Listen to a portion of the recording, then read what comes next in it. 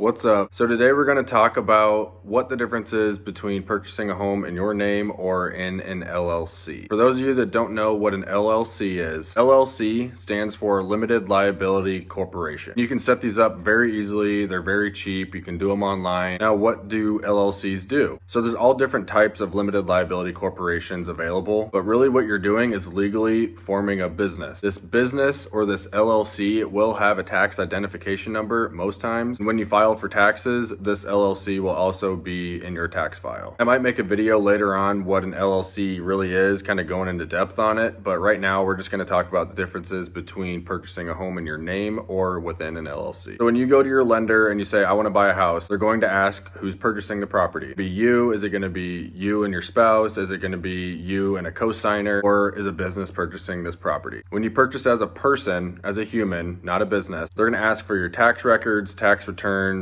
bank account statements, credit, and then we'll give you a pre-approval amount or an amount that you're able to purchase based on these records. Now, if you tell your lender, I'm going to purchase within my LLC or my business, it's a little bit different of a process. Most of the time, you're going to want to purchase investment properties in an LLC because LLCs give you some protections as well when you are purchasing a property, whether you live in it or not. But when you purchase an investment property with an LLC, instead of looking at your credit scores, your bank records, your tax records, all that stuff, you're going to have an investment property already picked out prior to meeting with this lender because they're going to actually look at what this property currently rents at and what it can be rented at in the future because it's a business that is purchasing this property because you're not a person. So not only are they looking at the current rent that it's getting, but they're looking at what other properties around it that are similar are renting for as well. They're looking at where this property is located and the growth that's around it, current, past, and future. So if you approach the same lender and one route you say, I want to purchase this on my own, and the other one I want to purchase under an LLC, do not be surprised when you see two different values there because they're using a whole different method on what you can be qualified for here, and then they're using a whole different method here based on the current property that you're looking at and the potential of that. This is super important to know when you are purchasing a property, whether it's primary residence or as an investment purpose, because there are going to be different values there and you want to make sure you get the best deal. This is when house hacking kind of goes into play. You're going to get better terms here if you purchase under your name. You're going to get that low interest rate, long loan term, and you can still use it as an investment property after you live there for 1 year. Benefits of purchasing with an LLC, there are a lot of protections you get when you purchase under a company. Tax deductions, you're sheltered if you're sued. I'm not an attorney, I'm not a CPA, but if you own a property here under an LLC and you're renting it and something happens to one of those tenants, they get hurt, they die, and they sue you, the LLC owns that property,